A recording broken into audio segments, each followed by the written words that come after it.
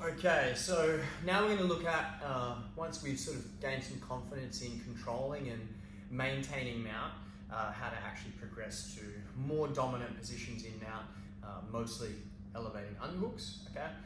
And then from there, initiating some of our attacks. And also just making sure that everyone sort of has an idea of strategically what's our hierarchy of attacks that we should be going for. The head and arm is going to be our main focus, and then if that's not working, we have follow-up attacks. But that really should be the first point of call for an attack from mount, mostly because of the fact that if it's not working, you have to bail out. You're still able to maintain top position, which is a big risk of trying to employ submissions from mount, is that you don't want to have to lose position by rolling to the bottom, say for a triangle, just to attack the submission, because then if that submission fails, you've now exited a really dominant position, and that control is much more important than getting the submission, okay? So we're in mount, okay? There's a few steps that we need to achieve in actually getting the underhook elevated. It's not as simple as just putting a hand in and walking the arm up, as you would feel in your rounds, okay? So the first thing is actually getting the hand into position, okay? So creating some space between the elbow and the ribs. Then we need elevation, okay? And then we actually need to control the arm. So initially looking to create that separation. If our partner is exhausted at this point, you might not need this level of control, okay? But assuming we've got a fresh training partner that's offering resistance, this is where we need to apply some of these tips and tricks, okay? So rather than just scooping in at the elbow, okay, and trying to create that separation, and here, my partner's very strong with their lats here, I try to lift, it's not gonna be very strong, okay? So we use cross gripping from the mount, all right? Even if I go same side hand and I try and peel it open, go strong here, okay, resisting, I'm not able to pin that hand to the floor. Very different to if I get my arm here cross gripping, so my left hand in this case is going to Rachel's left hand, okay, and I leave this nice and straight and I let my weight hang out and over this. It battles the rotator cuff where the shoulder's going to be weakest, not the lat where we were before with them pulling down, okay? So here as I'm driving out, as you resist, go strong, okay? I'm simply using the weight of my body here. As soon as I peel this out with the cross grip, I can gain some base here, just until I can pummel my underhook in. Now the underhook's there, and the elbow's already separated from the ribs. Now I need head control, so I'm coming back to my cross face. Here our partner's still gonna resist. It's not as simple as just getting the arm over the head. Okay, so we use our ratcheting action. If I simply just try to, again, lift with my shoulder here and just lift my arm up, it's deltoid on my behalf versus lat on her, okay? Her lats are much stronger than my shoulder. So instead, I got to employ my whole body and I use our ratchet mechanic, okay? So my head shifts across the center line as I straighten my arm, okay? And you can see here, the act of straightening my arm creates this ramp that elevates the arm over the shoulder, okay?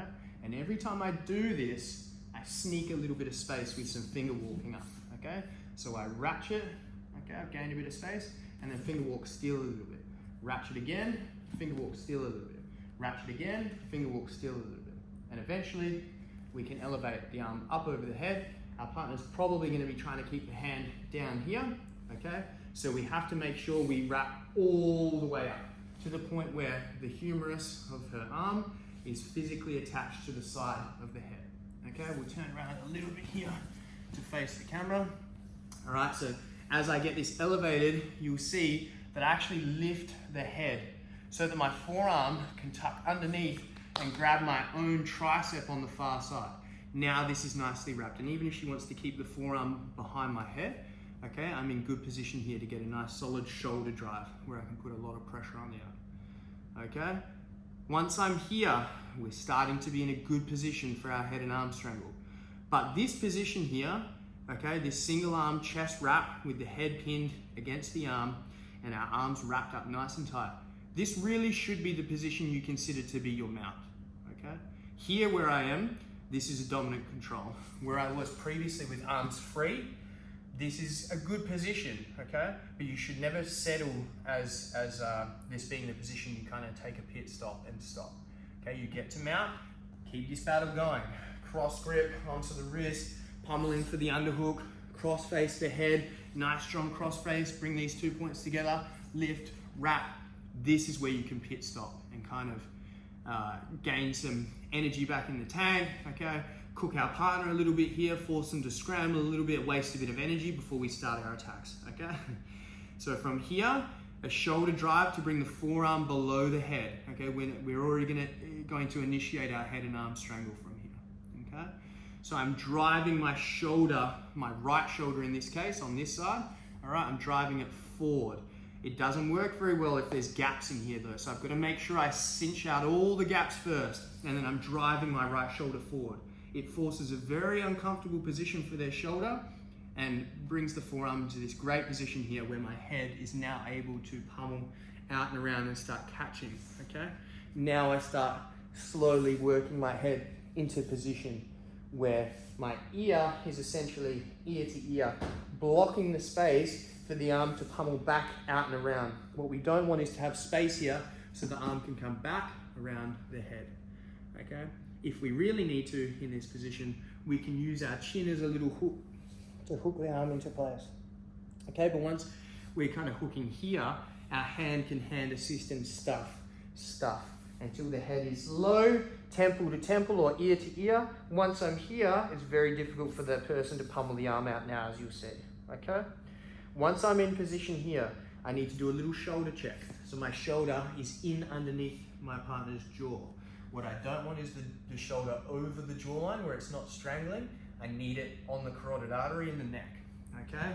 So here, if it's up over the jawline, sorry, I need to retract, okay? So my body's sinking lower in the mount. I push and protract my shoulder forward to punch it into the neck, and then I push forward until I feel it bite up on the jaw, okay? At this point, I need to make sure my strangle arm is as deep as it possibly can be. As it is now is not satisfactory to get the strangle, okay? So I can even elevate up onto my elbow here and just ratchet it through, pulling. The role of this hand is to pull this arm through, like I'm pulling a rope deeper around the neck.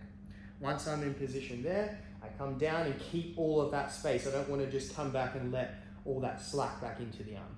Keeping everything nice and tight. I start to shift my weight forward so that my leg can pummel over, hook on the hip. I start to walk out now with my right leg in this case, okay? Keeping my left leg, pinning the hip so that Rachel can't turn into me. What I don't want is to allow my partner here without any pressure to completely turn into me and start escaping. Okay, so I need to keep pressure on this hip with my knee so that she can't turn into me. Good.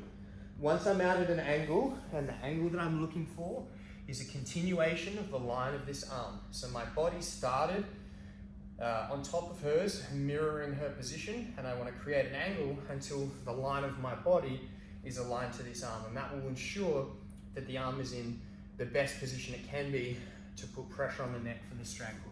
So I was in position here, head low, everything nice and squeezed, shoulder under the jawline. My knee was initially on here until I find that angle with this far leg.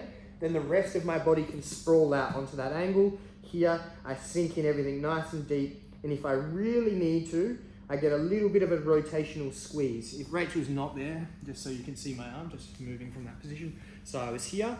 What I mean by rotational squeeze is a little tiny bit of elevation this way. So my shoulder's still punching down, but my elbow rotates off the floor. I'm exaggerating it for the purpose of you being able to see it, okay? But it's a bit of rotation this way, and that will finalize the squeezing pressure. You may not need that. However, if you need finishing pressure, that will be the rotation that's required.